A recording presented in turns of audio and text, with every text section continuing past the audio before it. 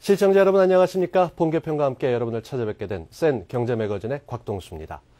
지난해 글로벌 경제 위기 이후 경제 혼란은 풀리지 않고 있습니다. 과연 어디서 끝이 날지 걱정하시는 분들이 많고요. 한치 앞을 내다볼 수 없는 상황이 계속되고 있습니다. 금융기관은 제 역할을 하지 못한 채 얼어붙어 있고 환율과 주가는 하루에도 몇 번씩 오르락 내리락을 반복하고 있습니다. 이런 가운데 경기 회복은 더디기만 한데요. 1, 4분기 경제 성장률은 마이너스 8% 정도로 예측이 되고 있고 또 물가는 4%대로 뛰어오릅니다. 그야말로 첩첩산중이라고 할 수 있습니다. 이럴 때 내 재산은, 내 자산은 어떻게 관리해야 되는지 또 현명한 소비는 어떻게 해야 되는지 궁금하신 분들 많으실 겁니다. 한 주간의 주요 이슈와 함께 저희 센 경제 매거진에서 정리해 드리겠습니다.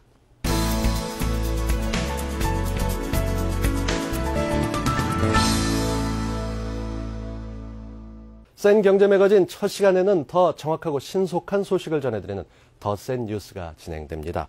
이 더 센 뉴스 첫 번째 코너에서는 한국아이닷컴에서 한 주간 동안 시청자 여러분들이 가장 많이 클릭해주신 뉴스를 정리해서 전해드리는데요. 시청자가 뽑은 주간 핫 이슈 지금부터 전해드립니다. 작년 한 해 200억 원이라는 큰 수익을 낸 원샷 포커 이명택 사장의 성공 비결이 화제가 되고 있습니다. 불황 속에서도 학습기에 다국어 버전을 준비하며 해외 진출을 모색하는 그의 행보가 주목됩니다. 미래 SC 신지혜 선수의 LPGA 우승으로 스폰서 대박을 터뜨렸습니다. 이로 인해 스폰서의 경쟁이 다시 주목받고 있는데요. 전문가들은 불황기일수록 오히려 중장기적인 관점으로 마케팅 효과를 기대해야 된다며 입을 모았습니다. 통계청이 올해 주목해야 될 2009 블루슈머 10선을 발표했습니다. 백수 탈출, 똑똑한 지갑족, 나 홀로 가고, 녹색 세대, 유비쿼터스 쇼핑 시대 등이 선정됐습니다. 또 이어 관련된 친환경 상품, 취업 지원 서비스, 불임 방지 상품 등이 유망 산업이 될 것으로 전망했습니다. GS마트가 지난 1일부터 10일까지 과일을 구입한 소비자 수를 분석한 결과 바나나를 구입한 소비자가 가장 많은 것으로 나타났습니다. 고환율과 불경기 여파로 인해 작년 인기를 끌었던 딸기와 오렌지를 찾는 소비자는 줄었는데요. 저렴한 가격에 양이 많은 바나나는 영양가도 높아 인기를 유지하고 있다고 합니다. 중형 선박을 주로 건조한 STX 조선이 올해 초대형 컨테이너선 1호를 건조하면서 세계 굴지의 조선소로 변신 중입니다. 작년 말 수주 잔량 기준 세계 4위로 껑충 뛰어오른 STX 조선은 시장에서 입지를 점점 넓혀가고 있습니다. 이상 시청자가 뽑은 주요 주간 핫 이슈였습니다. 최근 정부가 금융소외자 지원 방안을 잇따라 내놓고 있습니다. 경기 침체 속에 서민들의 고통이 극심해지고 있는 가운데 중소기업과 자영업자들이 속속 문을 닫고 있고 가계부채 부담은 국가 경제까지 위험하고 있는 그런 상황입니다. 이런 가운데 이 지원 방안에 관심이 갈 수밖에 없는데 내게 관심이 되는, 도움이 되는 직접적인 내용은 어떤 게 있는지 한번 짚어보도록 하겠습니다. 더 센 뉴스 두 번째 코너 서울경제신문 김영필 기자와 함께합니다. 어서 오십시오. 네, 안녕하세요. 네, 이 정부가 일단 가계 부실 차단을 막기 위해서 여러 가지 조치를 내놓고 있는데요. 이 직접적으로 느끼는 서민들은 어떻게 받아들이고 있는지 거리로 나가서 시민들을 직접 만나봤습니다. 먼저 보시죠. 참 요즘이었으면 학교 다니기 힘들었겠다는 생각이 많이 들어요. 그래서 일찍은 아니지만 그나마 빨리 졸업하고 이렇게 돼서 다행이라는 생각밖에 안 듭니다. 그냥 심리적으로 좀 위축이 되는 것 같아요. 심리적으로요? 네, 주변에서 보면 저희 형도 저희 형이나 아니면 친구들 봐도 살 걸 더 안 산다던가 이런 식이지 아직까지는 저게 크게 와닿는 것 같지는 않습니다. 쉽지는 않다고들 하니까 인터넷상으로 신용 등급이라든지 그리고 금융기관 자체가 지금 유동성이 부족하기 때문에 대출을 까다롭게 하는 것 같아요. 서민들을 위해서 노점상 같은 사람들 이렇게 어려운 사람들 이렇게 싼 이자로다 대출해주고 그러면 좋은 거죠. 긍정적인 방향. 예, 긍정적인. 일단 돈이 좀 없는 서민들한테는 굉장히 좀 유용한 정책이라고 생각합니다. 저는 윗빠진 독에 물 붓기라고 생각해요. 그런 이유는 왜 그러냐면은 좀 되는 사람한테 밀어줘라. 이 사람 저 사람 다 찔끔찔끔 나눠주다 보면은 이것도 저것도 아니잖아요. 네, 이 시민들 목소리에서도 들어볼 수 있듯이 찬성하고 긍정적으로 보고 계신 분들도 있고 그런가 하면은 이걸로 되겠나 하나마나하다 이렇게 얘기하시는 분들도 계셨습니다. 어찌됐건 기대가 있다는 것만큼 확실할 것 같은데요. 이 김영필 기자, 일단 여당이 발표한 금융소외자 지원 종합대책 이 내용 면에서 좀 개선이 있었습니까? 네, 기존에 부족했던 부분들이 어느 정도 보완이 됐는데요. 네. 한나라당은 금융소외자를 위한 종합대책을 위해서 7개의 법률 개정안을 오는 4월 임시국회에서 처리할 예정입니다. 네. 이번 개정안을 보면 금융소외자를 위해 지역신용보증재단을 통해 최대 500만 원까지 대출이 가능하도록 하고 있습니다. 개정안이 통과되면 신용협동조합과 새마을금고가 7등급 이하의 저신용자, 취약계층도 지역신용보증재단의 보증서를 담보로 500만 원 이하의 소액대출을 시행하게 됩니다. 아울러 금융채무불이행자 중 1년 이상 성실하게 상환한 성실상환자에게도 소액 자금을 지원하는 방안을 추진합니다. 500만 원 이내에서 최종 5년간 연 4%대 금리로 소액을 대출하는 방식입니다. 또 최저 생계비의 150% 이하 가구에 연 4%대의 3년 상환 조건으로 최대 300만 원까지 긴급 의료비와 교육비를 지원하는 방안도 들어 있습니다. 네. 더불어 무등록 대부업체의 경우 대출 이자율 한도를 현행 30%에서 10%로 낮추고 불법 금융행위에 대한 처벌을 강화할 방침입니다. 네. 이 기준금리가 2%대다 생각해 보게 되면은 무엇보다 이렇게 조정을 하겠다 이게 와서 닿긴 한데요. 내용 면에서 소상공인과 소기업에 국한됐던 게 계획소액 신용대출까지 나갔다. 이건 굉장히 반가운 일입니다. 그런데 한편에서는 이 무등록 대부업체의 이자율을 끌어내리는 거 이게 좀 현실성이 없지 않냐 이런 지적도 있네요. 뭐 당장 국회 논의 과정을 살펴보긴 봐야 될 것 같은데 네. 이 다음 달 4월부터 본격적으로 시행되는 게 있습니다. 이 신용회복위원회 채무조정 프로그램인 그 단기연체자 프리워크아웃 제도, 이 다른 말로 개인 프리워크아웃 제도라고 부르던데 이 내용을 좀 소개를 해주시죠. 네, 개인 프리워크아웃 제도는 쉽게 말하면 1개월 이상, 3개월 미만 연체자에 대해서 연체 이자를 감면해주고 상환 기간을 연장해주는 제도인데요. 네. 한국은행의 자료에 따르면 지난해 3분기 가계 금융 채무 비율은 2003년도 카드 사태 때보다 무려 20%포인트나 높아진 것으로 나타나고 있습니다. 실제로 가계대출 연체율은 은행권의 경우 지난해 6월 말 0.53%에서 지난해 말엔 0.60%로 늘어났고 여신 전문 금융사 역시 4.05%에서 무려 5.20%로 급증했습니다. 저축은행도 12.98%에서 14.78%로 크게 뛰었는데요. 이러한 연체율 급증은 앞으로 채무 불이행자가 많이 나올 수 있는 가능성이 높다는 것을 의미하는데요. 금융당국은 이런 연유에서 개인 프리워크아웃 제도를 도입하게 되었습니다. 특히 시행 시점도 기존의 5월에서 4월로 한 달 앞당겨서 한시적으로 1년 동안 시행하게 되는데요. 이에 따라 신청자자 30만 명 가운데 우선 10만 명 정도가 개인 프리워크아웃 제도의 혜택을 보게 될 것으로 전망되고 있습니다. 네, 개인 프리워크아웃 제도 이게 뭐 당장 30만 명 가운데서 10만 명이라면 적은 숫자는 아닙니다. 네. 특히나 한 달간 앞서서 진행되는 만큼 도움을 더 빨리 현실적으로 받게 되실 분들이 있을 것 같은데 채무연체자분들은 뭐 너나 할 것 없이 급전이 필요한 분들 네, 아니겠습니까? 맞습니다. 자격이 어떻게 됩니까? 네, 지원 대상은 앞서 말씀드렸듯이 1개월 이상, 3개월 미만 연체자에 대해서 기본적으로 적용이 되는데요. 2개 이상의 금융회사에 채무가 있는 다중채무자들을 대상으로 1개 이상의 금융기관에 연체만 있어도 전체 여신에 대해서 채무 재조정을 받을 수 있습니다. 특히 담보대출뿐만 아니라 신용대출도 채무 재조정의 대상이 되는데요. 실업이나 재난, 그리고 소득 감소 등 신용회복위원회가 인정하는 특별한 사유가 있는 경우에는 채무 재조정의 대상에 포함될 수도 있습니다. 네. 뭐 개인 입장에서 본다면 상당히 반가운 일일 겁니다. 근데 한편에서 금융기관의 건전성을 우려하는 쪽에서는 이런 얘기도 합니다. 일단 현재 한 달에서 석 달까지 연체가 있는 분들입니다. 이런 분들이 어떤 식으로든 이 도덕적 해이를 불러일으켜서 갚지 않게 되면 이것만으로 또 일부러 연체하는 게 아니라 이런 걱정도 있을 수 있거든요. 네, 이러한 문제를 막기 위해서 기본적으로 기존의 워크아웃 제도보다는 신청 조건을 강화했는데요. 네. 방금 말씀드린 조건이 충족되면 일단 금액이 5억 원 이하여야 하고요. 개인 프리워크아웃 신청 전 6개월 이내에 신규 발생한 채무액이 총 채무액의 30%를 넘지 않아야 합니다. 또 부채 상환 비율 DTI는 30% 이상 돼야 하고 네. 보유 재산가액은 6억 원 미만이어야 신청이 가능합니다. 네. 그리고 또 모럴 해저드에 대한 지적이 분명히 있기 때문에 이 부분에 대한 제도 보완이 필요할 것으로 생각되고 있습니다. 네, 이게 뭐 신청되신 분들이 열심히 갚아주셔야 이런 걱정을 좀 덜 수 있는 건데 석 달 미만의 연체자 하다 보니까 이 금융채무 불이행자 신규 발생하는 걸 막을 수 있겠다는 점에서 긍정적으로 생각합니다. 시장의 분위기는 어떻고 전문가들은 어떻게 분석하고 있습니까? 네, 금융소의 문제는 어느 정도 시장에 실패해서 나오는 부분이 많기 때문에 국가가 나서서 이러한 부작용을 좀 보완한다는 측면에서 긍정적인 평가가 많은 것이 사실인데요. 네. 또 은행들이 세계적인 금융위기로 대출을 많이 할 수 없게 되면서 서민들이 돈을 빌릴 데가 없어서 고금리 사채로 찾아가야 되는 악순환을 어느 정도 또 막아줄 수 있을 것으로 평가되고 있습니다. 네. 하지만 실효성 측면에서는 정말 어느 정도나 효과를 거둘 수 있을까 걱정하는 목소리도 많은데요. 한번 들어보시기 바랍니다. 지금 우리 한국 사회에서 지금 금융 소외자의 어떤 양적 규모는 공식 통계로는 한 720만 명, 그 다음에 비공식 통계로 보면 한 780만 명, 약 800만 명에 이르는 금융 소외자가 있습니다. 이는 우리 한국의 어떤 그런 거시경제나 또는 어떤 사회 전체에 대한 큰 어떤 위협 요인으로 작용하고 있거든요.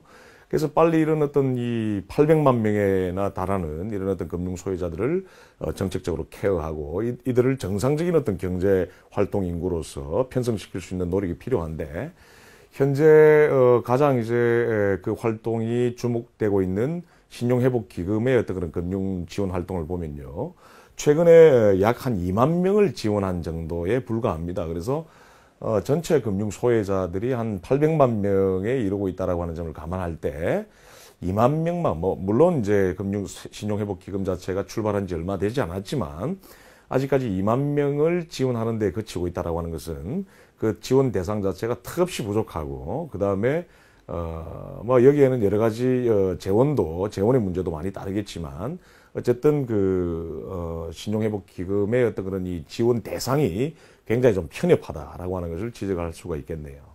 네, 그렇습니다. 이 지원 대상 범위에 들지 못한 최악의 금융 소외자들에 대한 대책도 분명히 시급하다라고 할 수 있는데, 이 대부업체들의 대출을 막지 못해서 악성 채무자로 떨어지는 분들은 어떻게든 막아야 되지 않겠습니까? 그래서 이걸 막기 위해서 이 전환대출이라고 얘기하는 환승론을 생각해 보시는 분들 많은데, 이건 어떻습니까? 네, 환승론은 정부가 지난해 말부터 도입한 제도인데요. 고금리 대부업체 대출을 상대적으로 싼 제도 금융기관의 대출로 갈아타게 해주는 제도입니다. 전환대출의 금리는 연 19에서 21%인데요. 제2금융권이나 대부업체에서 40%대 또는 49% 이상의 이자를 물던 대출자가 제도권 금융기관에서 재대출을 해서 기존 대출금을 갚고 저금리 이자를 무는 방식이라서 이자 부담이 크게 줄어드는 겁니다. 특히 최근에는 정부가 환승론의 대상을 채무 1,000만 원 이하에서 3,000만 원 이상으로 늘리면서 관심이 더욱 커지고 있습니다. 네, 지금 49% 얘기하셨지만 그 전까지는 또 66% 아니었습니까? 네, 맞습니다. 66%, 49% 하시는 분들이 이제 10에서 20%대, 19에서 21%대까지 대출한다면 이자는 거의 3분의 1, 절반 가까이로 줄어든다라고 할 수 있는데, 문제는 이게 현명하게 잘 갚아서 이 전환 환승이 잘 되면 다행인데 생각보다 이 상환 실적이 저조하다, 이래서 이것도 좀 걱정거리라고요. 네, 이처럼 환승론이 많은 이점을 갖고 있는데도 불구하고 실제 실적은 생각보다 저조한데요. 네. 지난달 말 현재 환승론 실적은 790건에 49억 원에 불과합니다. 제도가 시행된 지 얼마 안 돼서 많은 사람들이 알지 못하는 부분도 있겠지만 생각보다 대출 조건이 까다롭고 네. 환승론을 받아도 실익이 적다는 지적도 많이 나오고 있습니다. 이에 대한 의견도 한번 들어볼 필요가 있는 것 같습니다. 최근에 신용회복기금이 개최한 어떤 그런 회의에 제가 가봐서 금융 소외자들의 어떤 목소리를 직접 들을 수가 있었는데요. 아직까지 고금리에서 저금리 대출로 갈아타는데 연율 한 40%의 어떤 그런 대출 금리에서 20%로 갈아탈 수 있었지만, 그래도 이게 굉장히 좀 높은 어떤 그런 금리 수준이다라고 하는 불만을 다 토로하고 있었습니다. 그래서 가능하면 신용회복기금의 어떤 그런 보증 비율을 높여서 그 금융 소외자들이 보다 더 저금리로 갈아탈 수 있게끔 현행 20% 금리에서 한 18% 내지 한 15%까지 낮은 금리로 갈아탈 수 있도록 하는 그런 어떤 지원이 좀 필요하겠다라고 하는 생각이 들어집니다. 예를 들어서 신용회복기금의 경우 지금 현재 그 신용보증, 즉 그 기금의 보증 비율이 50%에서 맥시멈 한 80%까지 이제 보증 비율을 설정하고 있는데, 이를 50%에서 한 100%까지 그 보증 비율을 높임으로써 금융 소외자가 전환 대출을 받을 때 지금 현재는 금융 소외자들이 한 20% 정도로 이렇게 그 저금리로 갈아탈 수 있지만, 이를 한 15%까지 이렇게 좀 내릴 수 있어야 되는 것이 가장 중요하다고 생각합니다. 네, 이 국가 경제에 마저 부담이 되고 있는 가계의 빚과 대출, 이걸 어떻게든 줄여야겠다라는 여러 가지 방안들이 나오고 있습니다. 특히나 경제적인 여건이 좋지 못한 금융소외자분들을 위한 대책이 필요하다라고 할 수 있는데, 이 국회에서 금융소외자 지원 종합대책 개정안이 통과가 된다면 아주 유효하고 직접적인 도움은 아니겠지만 그래도 상당히 많은 수에게 도움을 받지 않을까, 이런 생각이 듭니다. 서울경제신문의 김영필 기자, 지금까지 수고하셨습니다. 고맙습니다. 네, 감사합니다. 우리 경제에 반짝이는 흐름이 보이는 시간, 재테크 플러스 시간입니다. 이 대공황 이후 최대 위기에 빠진 세계 경제, 그렇지만 불황 속에서도 두드러지게 빛을 발하는 분야가 있습니다. 바로 한국의 게임 산업인데요. 얼마 전 영국에서 나온 한 보고서에 따르면 우리나라 게임 산업의 경쟁력은 무려 세계 3위를 기록하고 있다고 합니다. 국내를 넘어 세계로 비상하는 한국 게임 산업, 그 무한한 가능성을 재테크 플러스에서 만나보시죠.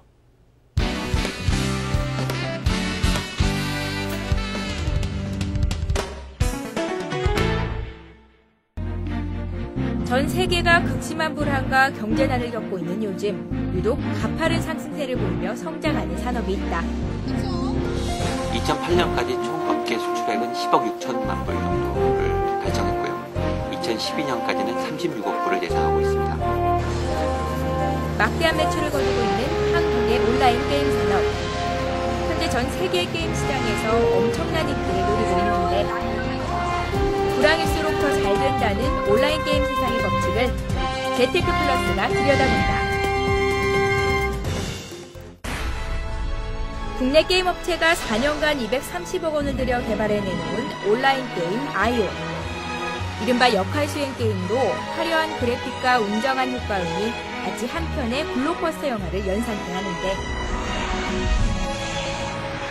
동서양의 설화와 신화를 바탕으로 만들어진 이 게임은 출시 석 달 만에 유료 접속자 수가 25만 명을 돌파하기도 했다. 네, 예전에 주로 10대 남학생 위주의 놀이 문화에서 온라인 게임 위주로 점점 캐주얼한 게임 장르가 소개되면서 여성층, 중장년층으로 게임 인구가 많이 확대되고 있습니다. 이는 사회적으로 좀 부정적인 게임 인식에 대해서 많이 개선하는 효과가 있습니다. 서울의 한 PC방. 평일 오후인데도 빈자리를 찾아보기가 힘들다. 여성들이 즐겨하는 레이싱 게임 카트라이터부터 스타크래프트, 그리고 롤플레잉 게임 리니지까지. 남녀 할 것 없이 대부분이 푹 빠져있는 온라인 게임. 사람들이 이처럼 온라인 게임에 열광하는 이유는 무엇일까?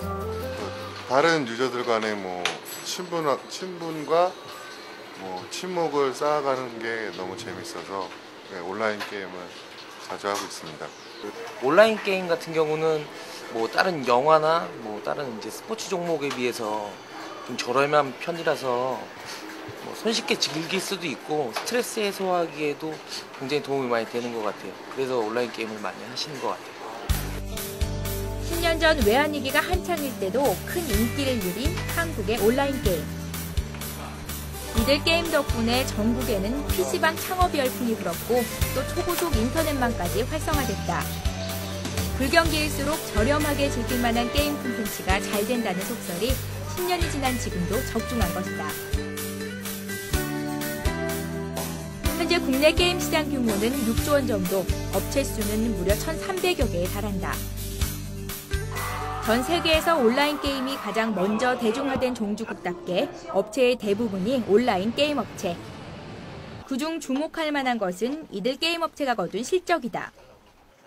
국내 온라인 게임은 매해 20% 이상씩 성장하면서 세계 게임 업계의 35%를 점유하고 있다.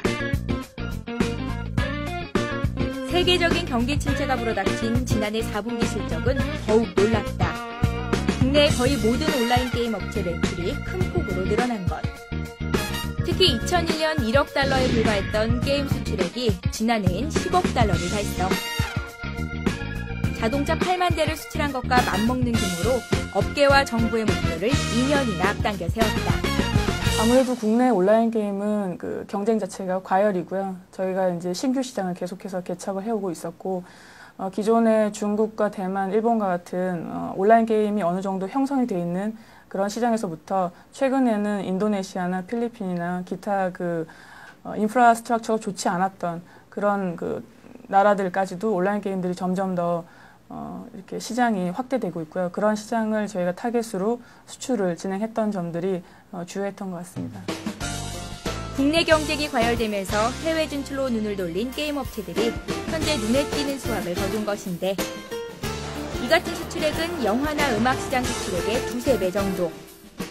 문화산업 수출액의 절반 이상을 온라인 게임 업계가 차지하고 있는 것이다. 한때 게임 업계는 정체 상태에 빠진 것으로 간주됐다. 특히 중독과 폭력성 유발이라는 오명 때문에 문화상품이 아닌 규제 대상으로 낙인 찍혔는데 하지만 비디오 게임을 선호하는 미국이나 일본의 게임 문화를 답습하기보다는 온라인 게임에 집중했기에 경쟁력을 확보하고 문화 콘텐츠로 거듭나게 됐다. 특히 활발한 해외 수출과 끊임없는 기술 개발은 한국 온라인 게임 시장에 대한 기대를 더욱 높이고 있는데 중국과 대만 등 아시아에서 큰 인기를 누리고 있는 농구 게임. 최근 이 게임 업체는 소녀그룹 원더걸스의 캐릭터를 선보여 화제가 됐다. 네, 프리스타일이 2004년 출시된 이후로 국내뿐만 아니라 해외 그 젊은이들로부터도 많은 사랑을 받고 있는데요.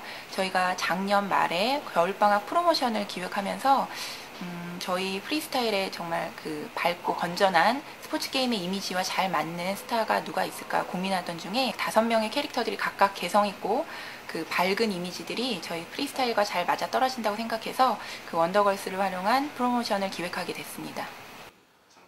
드라마와 영화 분야에서는 서서히 가라앉기 시작한 한류에 다시 한번 불을 지필 한국 온라인 게임의 르네상스 시대. 물론 이를 뒤쫓는 후발주자의 움직임도 만만치 않다.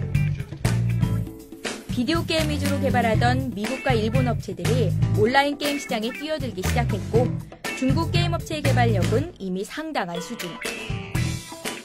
때문에 국내 온라인 게임 업체는 올해 더 공격적인 경영에 나설 전망이다. 각각의 국가 게이머들의 특성에 맞는 그 게임 전략을 펼치고 있는데요. 각 국가의 뭐 민속 의상이라든지 그런 아이템을 그 국가에만 제공을 한다든지 그 국가의 유저 특성에 맞는 그 스페셜 캐릭터를 제공을 한다든지 미국이나 유럽 유저들이 좋아하는 그 솔로 플레이 모드를 저희가 개발을 해서 인공지능을 삽입한 그런 플레이 모드를 제공을 하고 있습니다. 전적으로 개인의 창의성과 기술 개발에 의존하는 분야로 실력만 뒷받침되면 무궁무진한 잠재력과 일자리 창출이 가능한 온라인 게임 산업. 수출의 비중이 크고 원자재 값이 거의 들지 않아 고환율의 혜택 역시 고스란히 누리고 있기에 정부도 지원을 아끼지 않을 방침이다. 온라인 게임은 세계적으로도 20% 이상씩 매해 성장하고 있고 특히 한국 게임이 그 기존 시장뿐만이 아니라 새로운 시장에 진출함으로써 2009년에도 계속적인 성장세를 보일 거라고 생각합니다. 특히 세계적인 경기 악화에도 불구하고 영화 및 게임 등 엔터테인먼트 산업이 꾸준히 성장하고 있는 추세에 한국 온라인 게임이 2009년에는 더더욱 발전할 것으로 생각합니다. 불황일수록 더 잘 된다는 게임의 법칙이 여지없이 입증된 요즘. 산업이라기보다는 놀이거리로 침대기 일쑤였던 온라인 게임이 불황 속에서 빛을 발하는 대한민국 대표 수출 종목으로 주목받고 있다. 얼마 전 이명박 대통령은 우리나라도 닌텐도 같은 게임기를 만들면 어떻겠냐 이렇게 제안을 하게 됐습니다. 사실상 비디오 게임기나 휴대용 게임기 시장에서는 일본과 미국의 진출이 두드러지기 때문에 찾기 어려울 것이다 이런 비관적인 전망도 있지만 우리나라 게임 산업은 산업 곳곳에서 시장 확장을 위해 노력하고 있고 그 노력은 이미 결실을 맺고 있습니다. 계속 보시죠. 휴대폰용 게임 프로그램을 만드는 국내의 한 모바일 게임 개발 업체. 지난 2000년 업계 최초로 휴대폰용 자바 게임을 개발했던 이 회사는 지난해 미국의 디즈니사와 계약을 맺고 디즈니의 캐릭터를 활용한 모바일 게임을 공동 개발했다. 그리고 이달 초 애플사가 만든 스마트폰에 세계 게임을 납품하는 등 국내에서 활발한 움직임을 보이고 있는데 활발하게 서비스되던 컴투스 게임들을 디즈니 쪽에서 보고 디즈니 브랜드와 잘 맞겠다라고 판단을 하여 저희 쪽에 먼저 제안을 해온 케이스이고요. 저희 그 우수한 게임성과 그리고 디즈니의 그 세계 10대 브랜드가 만나서 큰 시너지 효과를 낼 것으로 기대하고 있습니다. 경력 사원을 수시로 채용하다 창사 이래 처음으로 신입 사원을 뽑으며 참신한 인력 개발에 힘을 쏟고 있는 모바일 게임 업체. 일본의 닌텐도와 소니, 미국의 마이크로소프트, 이 세 회사가 장악하고 있는 비디오 게임기 시장에 도전하는 움직임도 활발하다. 이미 인기가 입증된 온라인 게임을 큰돈 들이지 않고 비디오용 게임으로 재탄생시키는 것인데 이에 대한 창구도 서서히 열릴 전망이다. 특히 PC와 노트북이 급속도로 보급되면서 한동안 주춤했던 PC방은 경기 침체를 오히려 기회의 발판으로 삼고 있다. 이제 사업하기 전에 사람들이 이제 불경기라고 많은 우려도 하고 걱정도 많이 했는데 그래도 이제 차린 지 시간이 이제 하루 이틀 지나고 또 이제 한 달 정도 다 돼가는데 여러 손님들도 많이 와주시고 또 이제 저렴한 가격으로 즐길 수 있다 보니까 많은 사람들이 찾아주셔서 손해보지 않고 지금 약간의 소득을 올리고 있습니다. 우리나라 온라인 게임 산업 역사가 10년을 넘어서면서 새로운 이용자층이 늘어나는 등 게임 시장은 점점 커져가고 있는데 이에 발맞춰 게임 관련 창업도 늘어나고 있다. 서울에 위치한 한 멀티방. 영화부터 PC 그리고 온라인 게임까지 할 수 있는 이곳은 극심한 한파 속에서도 이용객의 발걸음이 끊이질 않고 있다. 업계의 자정 노력 때문에 복합 놀이공간으로 다시 떠오른 멀티방. 친구들이랑 같이 와서 소리도 지르면서 스트레스도 많이 풀고요. 또 이제 막 팔 운동도 하면서 다이어트도 하고 되게 재밌게 즐길 수 있어요. 이거 한 곳에서요, 뭐 다른 데 이동할 필요도 없이 영화도 볼 수 있고, TV도 볼 수 있고, PC 게임도 할 수 있고, 닌텐도 위도 할 수 있고, 노래방까지 할 수 있으니 이거 뭐 다른 데 돌아다닐 필요 없이 이곳 한 곳이면요, 모든 걸 다 볼 수 있어가지고 아주 좋은 것 같습니다. 혼자서 하는 게임보다는 여럿이 함께하는 게임을 즐기는 한국인에게는 더없이 좋은 공간 때문에 창업 문의도 끊이질 않는다. 근래 들어서 이 멀티방 창업에 대한 문의가 굉장히 많아지고 있는데요. 그것은 아무래도 기존의 노래방이나 PC방, DVD방보다 이 멀티방이 상당히 높은 수익을 나타내고 있다는 그런 입소문이 좀 퍼지고 있는 것 같고요. 그리고 아무래도 이 불황이다 보니까는 이 불황일수록 창업에 대한 관심도가 높아지는 현상이 저희 쪽에도 반영이 되고 있는 것 같습니다. 이 멀티방이 기존의 다른 업종들보다 상당히 높은 수익성과 또 운영에 대한 편리성, 또 상당히 건전하게 운영되고 있기 때문에 이에 대한 보람까지 그렇게 맛보실 수 있는 그런 창업 아이템이기 때문에 앞으로에 대한 시장 전망도 상당히 좋다고 말씀드릴 수 있겠습니다. 비디오용 게임으로 재탄생하는 온라인 게임에 대한 소비자들의 관심 또한 큰 편인데 온라인 게임의 파급 효과는 앞으로 점점 더 커질 전망이다.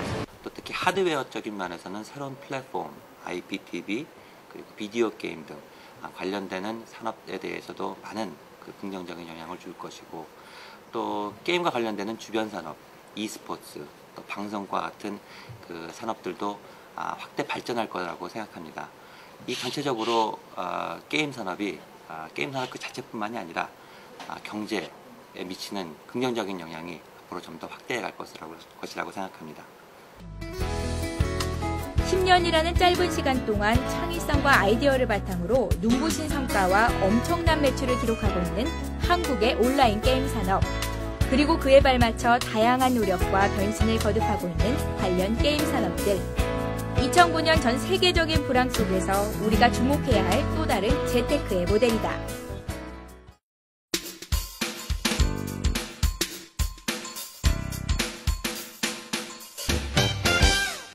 이어서 전문가와 함께 구체적으로 재테크 방법을 알아보는 잘 벌고 잘 사는 법 시간입니다. 요즘같이 경기 침체 앞이 보이지 않을 때는 어떻게 투자해야 되는지 답답한 분들 참 많으실 겁니다.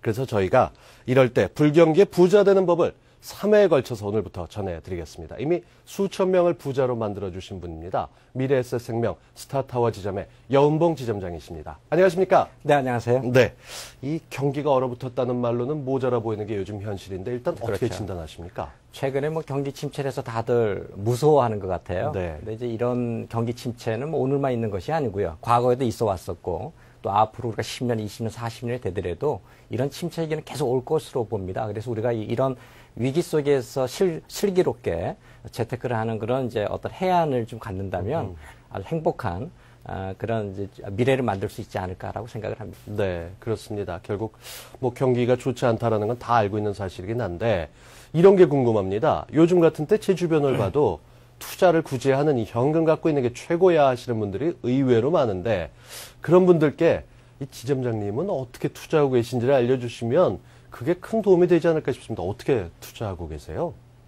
예, 저는 그 소액을 갖고 장기 투자하는 그런 이제 투자 전략을 짜고 있습니다. 네. 예를 들어서 최근에 이제 경기가 침체돼서 다들 무서워하는 때 오히려 저는 좀 적극적인 투자법을 사용하고 있는데요. 예를 들어서 최근에는 적극적으로 좀 저평가된 국내 주식, 또 최근에 앞으로 미래에 10년 뒤를 내다보고 중국 주식에 좀 관심을 갖고 있고요. 네. 중국 주식도 좀 사고 있습니다. 그래서 중국 본드라든가. 그래서 이런 것들을 한 최소한 5년에서 한 10년 정도를 내다보고 적극적으로 좀 매수하고 있는 그런 투자법을 하고 있습니다. 네. 그러니까 정말로 5년에서 10년을 내다볼 정도로 어떻게 보면 미래를 보는 눈도 필요하지만 네. 이 배짱도 상당히 두둑해 할 수 있는 게 장기 투자 아니겠습니까? 그렇습니다. 그런 면에서 볼 때 이 재테크를 어떻게 하면 좋을지 오늘 저희가 배워야 될 전략 좀 정리를 해볼까요? 네. 아까 말씀드린 대로 소액을 갖고 부자 되는 이제 방법을 제가 말씀드리겠는데요. 네.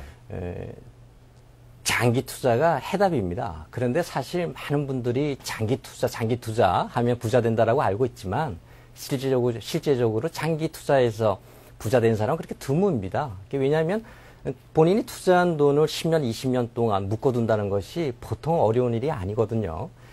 실제로 소액을 갖고 부자 되신 그런 사례가 많죠, 주변에. 예를 들어서 재래시장에 한 할머니께서 네. 콩나물을 파시다가 유고를 하셨는데 좋은 일에 쓰라고 사회 기증을 했는데 그 금액이 무려 수억 원에 이룬 그런 이제 사례를 우리가 가끔 뉴스에 접하게 되는데요. 그분도 역시 단순하게 아주 그냥 소액을 갖고 정말 100원, 200원, 1000원, 만 원을 20년, 30년, 40년 동안 모아서 정말 우리가 상상한 금액 이상으로 크게 불어나는 그런 사례가 있습니다. 네.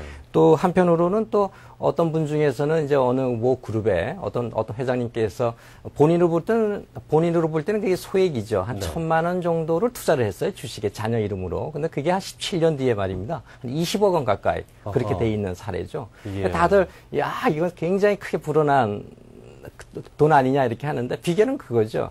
소액을 갖고 17년이라고 하는 또 누구는 또 20년이라고 하는 장기 투자를 해서 이제 이렇게 부자가 된 그런 이제 사례를 우리가 또 짚고 넘어갈 필요가 있고요. 또 한 분은 제가 실제로 만난 분입니다. 우리가 소설 같은 얘기를 현실에 많이 접할 수가 있는데요. 저 같은 경우에는요. 네.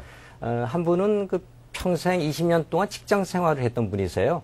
대기업에 다니셨고 이분이 50세 은퇴를 했는데 네. 제가 깜짝 놀란 것이 무려 금융자산이 50억이에요. 허허. 예, 부동산은 딸랑 한 채인데 말입니다. 생업을 하시면서 직장에 네. 다니면서 네네, 직장 상당히 생활만 많군요. 했죠. 예.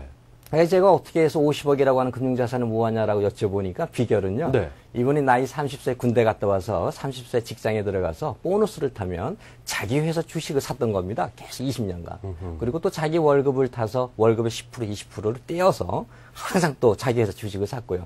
결론적으로는 이분이 한 20년 뒤에는 이제 퇴직을 할 때는 엄청난 상상 이상의 50억 원이라고 하는 이제 주식 이게 이제 마련이 된 거죠. 네. 이제 그 돈을 갖고 본인이 이제 은퇴 자금으로 배당금도 받으면서 사시고 또 목돈이 자녀들 결혼할 때는 이제 주식을 조금 팔아서 또 이렇게 목돈을 쓰시는 그런 이제 사례가 있습니다. 그래서 그런 분들의 그 성공 비결, 부자의 비결은 역시 소액을 갖고 장기적으로 투자를 해야 결론적으로는 큰 수익을 만족할 수 있는 수익을 낼 수 있다. 그런 이제 좋은 사례인 것 같아요. 네. 뭐 소액 투자로 부자가 될 수 있다라는 말만큼 사실 유혹적인 건 없습니다. 많은 돈이 필요한 것도 아니고 네. 이 경제 생활하면서 부자가 되고 싶은 욕구는 누구나 다 갖고 있는 거니까 당연히 네. 이 바람을 갖고 있을 텐데 이 여기서 풀리지 않는 의문이 하나 있습니다.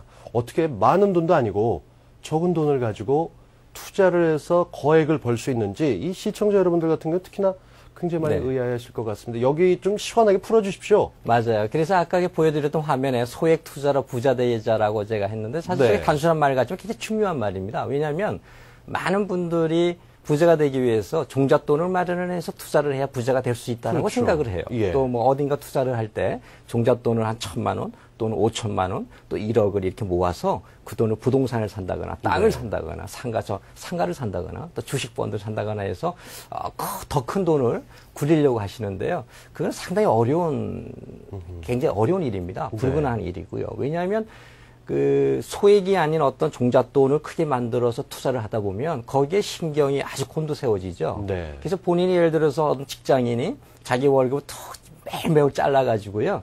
한 1,000만 원이라고 하면 정말 자기 어떤 큰 노력을 해서 모은 돈 아닙니까? 이 1,000만 원을 갑자기 어디에 투자를 한다고 했을 때 원금이 보장되지 않는 부동산을 산다거나 네. 또 조금만 하는 뭐 주식 펀드를 산다거나 했을 때 굉장히 그 반짬을 이루지 못하죠. 그렇죠. 예. 예를 든다 그러면 증권 시장이 좋을 때는 말입니다. 우리 여기 코스피 추이를 보시면 뭐 1000포인트를 역사적으로 한 4번 정도로 저렇게 쳤고요. 네. 300, 200, 500포인트를 아주 바닥을 쳤는데 보통 본인이 종잣돈에 목돈을 마련해서 주식을 샀다고 가정을 하면 그 주가가 본인 한 10년을 내다보고 샀지만 불과 한 6개월 만에 내 돈 1,000만 원이 반토막이 나면은요, 잠을 못 자거든요. 그럼요. 올라가서 기뻐서 예. 잠아드는 것보다 그건 정말 화나고 분해서 예. 앞으로 어떻게 해야 되나 잠도 못 자고 맞아요. 몸도 상하죠. 예. 그러니까 이제 종잣돈을 마련해서 목돈을 만들어 투자를 하다 보니까 무리가 따르게 되고요. 장기 투자를 할 수 없는 그런 이제 지경에 또 빠지게 돼요. 거꾸로 1,000만 원을 투자해서 2,000만 원이 됐다고 하면 기분이 좋지 않습니까? 그럼요. 그러면 2,000만 원을 갖고 이제 기분이 좋아서 우리가 애초에 투자할 때는 본인은 한 5년, 10년 내다보고 투자했지만 막상 6개월 만에, 1년 만에 2,000만 원이 돼버리면 기분이 너무 좋아서요. 이거를 당장 팔지 않으면 또 잠을 못 잡니다. 네. 예. 또 돈이 1,000만 원에서 2,000만 원 됐을 때 시장이 약간 조정을 맞아서 한 뭐 100만 원 빠져서 1,900만 원만 돼도요. 갑자기 또 불안해집니다. 그렇게 되면 확실하게 100만 원 손해본 것 같은 느낌이 들어가지고 예, 더 억울해지죠. 분명히 번긴 번 건데도 손해본 느낌에 그것도 억울해서 또 기준점이 점점 높아지는 거죠. 예, 맞습니다. 그래서 목돈을 갖고 그렇게 투자를 하게 되면 그만큼 신경을 많이 쓰게 되고요. 장기 투자가 불가능하게 됩니다. 네. 그런데 예를 들어서 내가 갖고 있는 종잣돈이 1,000만 원인데 그중에서 100만 원만 리스크가 큰 그런 상품에 투자를 했다고 가정을 하면요. 상황은 또 달라져요. 네. 예를 든다 그러면 100만 원 어떤 주식에 넣었는데 이 100만 원이 10만 원이 되고 만 원이 돼도 스트레스를 안 받죠. 그 말씀을 보니까 아주 확실하게 풀립니다. 일단은 모든 재산을 걸고 집어넣으면 일도 못하고 신경이 거의 집중되고 네. 오르락내리락 할 때마다 감정까지 같이 움직이면서 일상이 흐트러질 수 있는데 그렇습니다. 소액이라고 생각되는 돈 집어넣으면 만에 하나 잘못해서 전액을 잃게 되더라도 어쩔 수 없지 수업료라는 생각할 수 있는 여유가 좀 생긴다는 거군요. 맞습니다. 그럼 그 돈들을 그렇게 오래 묻어둬야 된다 이런 얘기인데 네. 그 사람마다 생각하는 소액의 기준에 대해서도 이제 좀 생각을 해봐야 되지 않을까 싶습니다. 그렇죠. 그 소액은 어느 정도가 소액이냐 하면 이제 본인이 사업을 하시는 분들이든 네. 또 근로자든 매월 들어오는 수입이 있을 겁니다. 수입이 예를 들어서 직장인 같은 경우에 매월 300만 원이 들어온다고 하면 그 중에 한 5%에서 10% 정도요. 그러니까 한 10만 원에 30만 원 정도를 떼어서 네. 좀 위험은 있지만 높은 수익을 노릴 수 있는 그런 이제 어떤 투자 상품에 지속적으로 또 장기간 적어도 한 10년 이상을 꾸준하게 투자하는 그런 습관이 굉장히 중요한 것 같아요. 그래서 그런 아무래도 직장인들이나 소액을 갖고 투자할 수 있는 거는 부동산 투자는 상당히 어렵고요. 그렇죠. 천상에 이제 주식이나 펀드로 가야 되는데 옛날에는 우리가 금리가 좀 높았을 때 90년대만 하더라도 우리가 금리를 10% 정기 예금 금리를 줬습니다. 그럼요, 그렇죠. 그러니까 그때는 뭐 투자가 필요 없었죠. 그냥 예금만 넣으면 10% 높은 수익 얻어갔었는데 지금 뭐 정기 예금 금리 2.5% 정도를 네. 받게 되니까 실질적으로 물가 상승률 한 4% 정도 감안을 하면은요.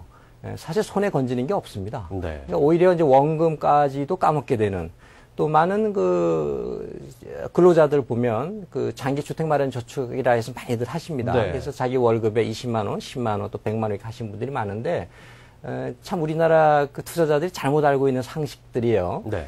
본인이 5%짜리 정기 적금을 가입했으면 5%를 받는 거라고 이렇게 생각을 하세요. 근데 실제로 5% 받는 게 아닙니다. 왜냐하면 본인이 매월 10만 원씩 1년간 어떤 정기 적금, 5%짜리 정기 적금에 넣었을 때 첫 달 10만 원은 5% 주겠죠. 네, 그렇죠. 근데 두 번째 달에 넣은 그 10만 원은 11개월 맡겼기 때문에 5%를 안 줍니다. 맞습니다. 역시 그렇게 해서 마지막 달에 한 달 전에 넣은 거는 한 0.42%뿐이 안 주거든요. 그러면 실질적으로 직장인이 1년 동안 정기적금에 5%짜리 넣었다라고 해서 본인 5% 받는다 생각하는데 실제 그렇지 않고요. 한 2.7% 정도 받게 됩니다. 그렇죠. 그러니까 그게 세금 비과세가 되고 또 소득공제가 된다 해서 많이들 가입하시는데 실질적으로 비과세가 된다 해도 2.7% 받아가지고는요 물가 상승률도 커버 못하는 그렇죠. 그런 이제 사태가 벌어지게 됐죠. 네. 오늘 저희가 불경기에 부자 되는 법 첫 번째 시간에 교육을 받아봤는데요. 오늘 주제는 뭐니 해도 소액 투자로 부자 되는 법 아닐까 싶습니다. 이 들으신 분들 계시겠지만 그래도 마지막으로 정리 한번 깔끔하게 부탁드리겠습니다. 네. 부자 되는 비결 간단합니다. 근데 우리가 그걸 실천을 안 해서 부자가 못 되는 것뿐이고요. 실천하는 방법은 단 한 가지죠. 항상 들어오는 수입의 일정 부분, 즉 소액을 떼어서 장기적으로 10년 이상 또는 20년 동안 꾸준하게 저축하는 그런 습관을 키우신다면 누구나가 쉽게 부자가 될 수 있다는 걸 마지막으로 남기고 싶습니다. 네. 자, 이미 성공 사례가 있습니다. 남들도 이룬 사람이 있습니다. 누가 대신해 줄 수 없는 일, 내가 내 수입의 일정 부분을 떼서 소액 투자로 부자가 되자라는 마음을 먹는 첫 번째 시간 되셨으면 좋겠습니다. 자, 그럼 이제 이런 질문 나올 겁니다. 그렇다면 어떤 종목을 사야 되는지, 펀드인지 투자하는 종목 같은 것들에 대해서 궁금하실 텐데 다음 시간에 계속 저희가 전해드리겠습니다. 이 시간 함께 해주신 미래에셋생명 스타트아웃 지점의 여운봉 지점장, 오늘 말씀 고맙습니다. 네, 감사합니다. 한때는 평범하거나 오히려 남보다 못하다 평가를 받았지만 지금은 그 누구보다 인생에서 최고를 살아가고 있는 사람들이 있습니다. 고난과 실패를 넘어 자신의 삶을 끝없이 업그레이드 시킨 분들을 만나보는 시간 퍼스트 클래스. 그 첫 번째 탑승객은 연 400억 매출 신화를 기록한 주인공이죠. 총각내 야채가게 이영석 대표입니다. 만나보시죠.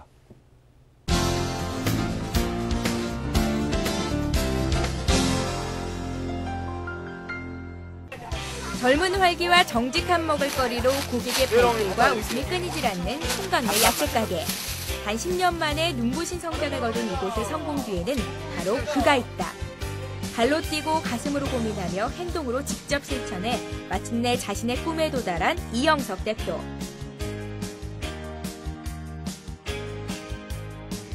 생생한 도전과 싱싱한 젊음을 일궈낸 감동적인 일화의 주인공. 총각내 야채가게의 이영석 대표를 퍼스트 클래스가 초대합니다.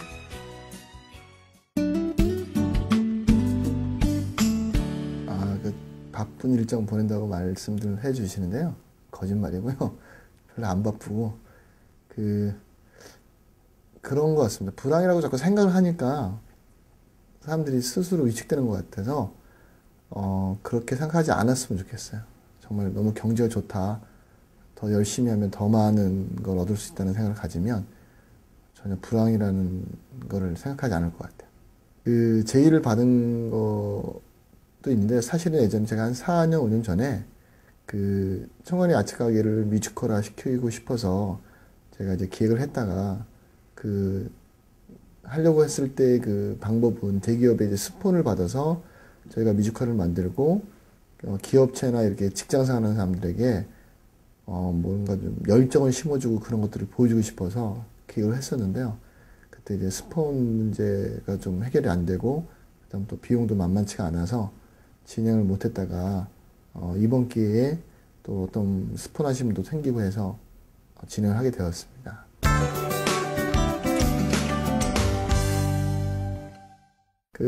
현재 35개 매장이 있고요. 저희 매출을 공개 다 해드리고 싶은데 작년도 매출만 저희가 공개해드리면 2007년도가 한 380억, 그 다음에 2008년도가 한 365억 정도 했습니다. 소비자들이 채소 가게에 오는 게 채소만 사러 온다고 저는 생각하지 않거든요.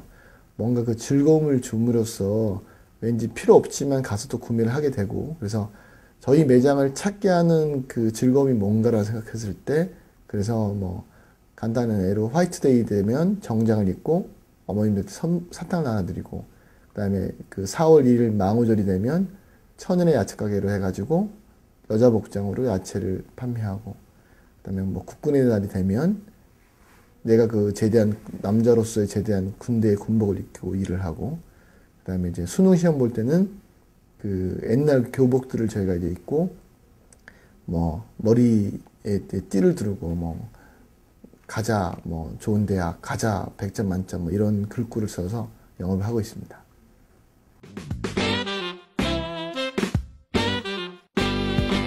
야채 가게가 기업이 될 수 있다는 걸 보여주진 않았고요.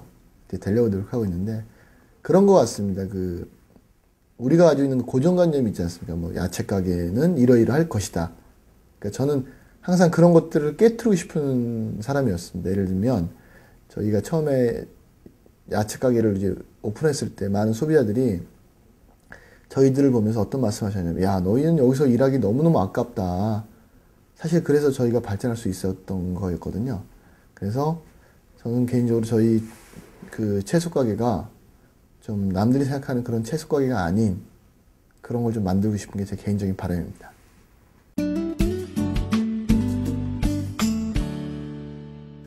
남들보다 더 일찍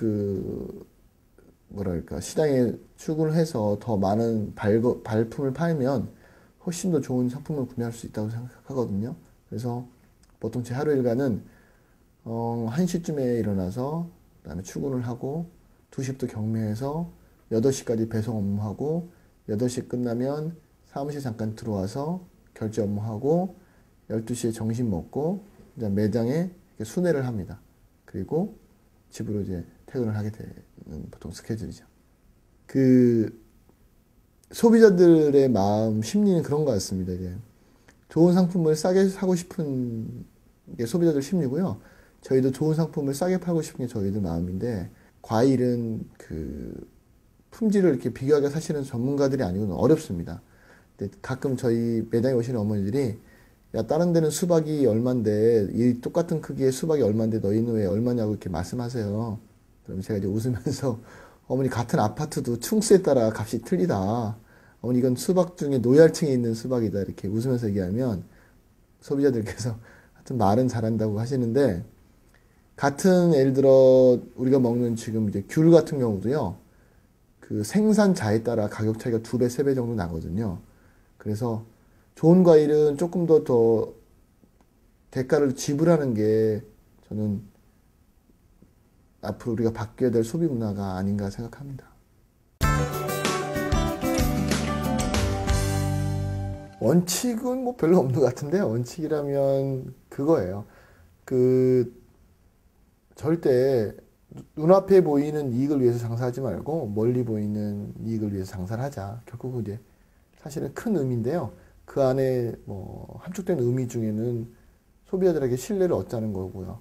또 정직한 상품을 공급하자는 거고, 뭐 많은 것들이 있는데 그거를 크게 제가 표현하기 위해서 눈앞에 보이는 이익보다는 멀리 보이는 큰 이익을 위해서 장사를 하자는 게 제 생각입니다. 두 가지 중에 한 가지를 선택해야 될 것 같아요. 하나는 그냥 뭘 하든지 돈을 많이 버는 게 목적인지, 하나는 내가 정말 하고 싶은 일을 하는 게 목적인지. 그래서 하고 싶은 거를 하기를 원하는 분들은 고민하지 마시고 과감히 그 일에 도전하시고요. 정말 돈을 많이 벌고 싶은 게 목적이라고 한다면 돈을 가장 많이 벌 수 있는 일을 먼저 찾으셔야 되는데, 가장 중요한 거는 그 돈을 많이 벌 수밖에 없는 그 과정을 만드셔야 된다는 거예요. 그래서 사실은 너무 쉽다고 생각합니다. 요즘 젊은이들이 고민이 많은데 그렇게 고민하지 마시고 빨리 둘 중에 하나를 선택하셨으면 좋겠어요.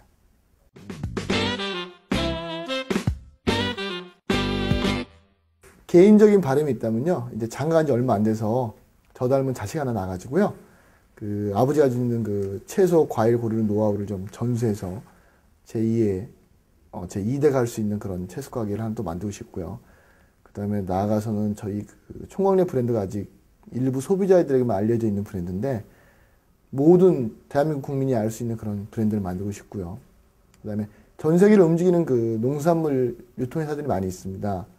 그런 회사들보다 훨씬 더 우리가 앞서가는, 그리고 앞으로 전 세계의 농산물을 총각내가 컨트롤할 수 있는 그런 회사를 만드는 게 저의 목표입니다.